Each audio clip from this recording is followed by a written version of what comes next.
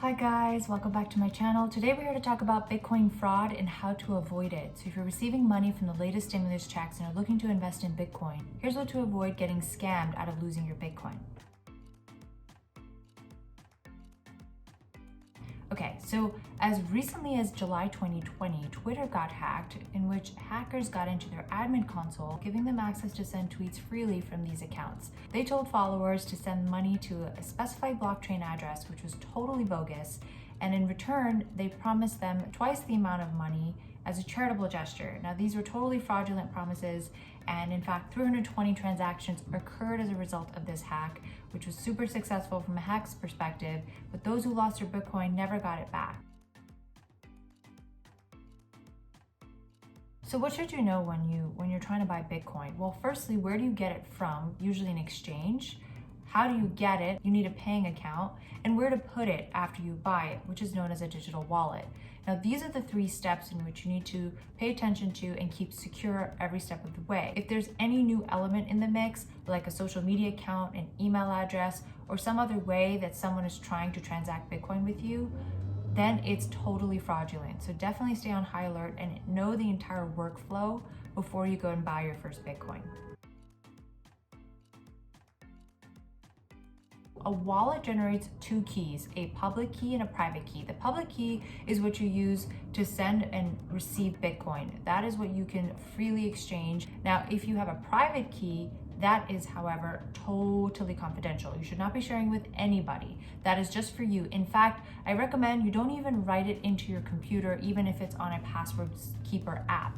Put it down on paper, handwrite it, and put it somewhere that only you would know where to find it and know what it's for. That way, in case your computer ever gets hacked with malware, you don't have to worry about your Bitcoin being compromised. As soon as your private key is compromised, so is your Bitcoin. All right, watch your URLs. So phishing attempts or attempts from hackers to come through via fraudulent email addresses are a very popular way to compromise your Bitcoin. So what you need to make sure is if you're looking at a URL, double, triple check it. Is this the right URL? Make sure it's correct before you do anything in terms of sending or receiving your Bitcoin.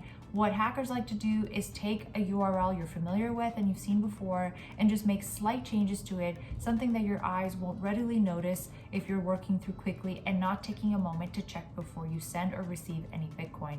Definitely always pay attention to your URLs. Don't fall victim to these phishing attempts. A really important distinction between Bitcoin and more traditional currencies known as fiat currencies like the US dollar is when you park your US dollars into a checking or savings account, you receive some protections from the bank that has your money. And in fact, if you notice something weird or if something is suspect in your bank account and you're like, I don't think that was actually me, then the bank account can launch an investigation, put a hold on your assets, and actually also a lot of them actually give that money back to you, especially if they conclude that you were a victim of fraud. This, however, does not extend itself to Bitcoin. So if you lose Bitcoin because your Bitcoin wallet was compromised, unfortunately, there's no other recourse. This is because this is a decentralized currency, so there's no oversight of your Bitcoin. That's why when you own Bitcoin, you need to take the role like the bank takes over your fiat currency by basically being the overlord of your Bitcoin. And just remembering, there is no account protection on Bitcoin other than the protections that are offered through the secure networks within the exchange, your wallet, and any extra work that you can put in yourself to ensure that your Bitcoin is safe.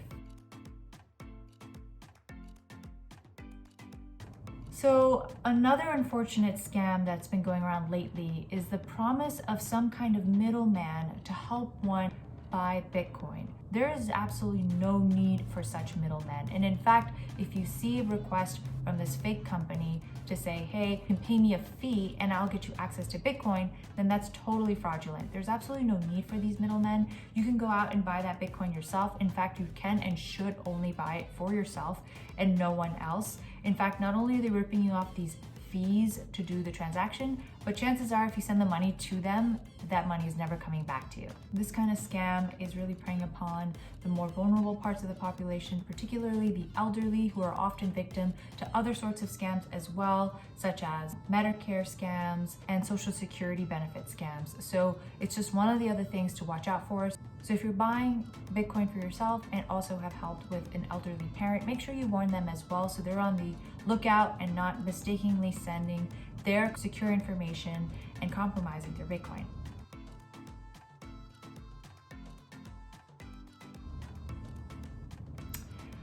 Lastly, but the most important, is don't blab about your Bitcoin. If you make a Bitcoin investment or are looking to make one, don't go on Reddit and tell everybody out there. Don't go on your Twitter and tell everyone there. Don't put it on Facebook or Instagram or chat about it on Clubhouse.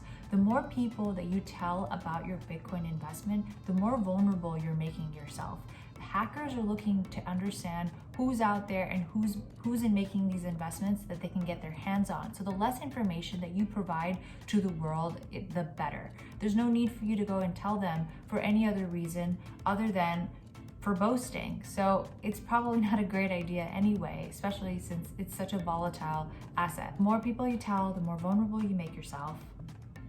Now, of course, there's something to be said about wanting to tell your family and friends so you can socialize the idea and so you can convince them because you're onto something great and you want to make sure that they're onto something great. And there is something to be said about that for sure. But to the degree that you can withhold your exact expenditure in Bitcoin, save yourself the trouble and put a lid on it. If you need to educate your family members, you definitely should, or your friends, about why Bitcoin makes sense, what it is they can get out of it, or the growth that Bitcoin has seen. But there's no need for you to share private information.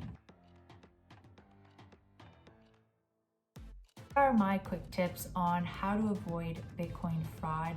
If you have anything that I've missed, please definitely leave me a comment below and let me know what you think in terms of keeping your account secure. There are definitely other tricks out there. Another quick one that I can think of is always take a two-step authentication password setup if you can, to authenticate who you are in any step of the process, whether that's by registering your account on the exchange or by your paying account. Let's say if you're using PayPal, for example, try to secure and double secure as much as you can. And also know that only you have your own back when it comes to Bitcoin.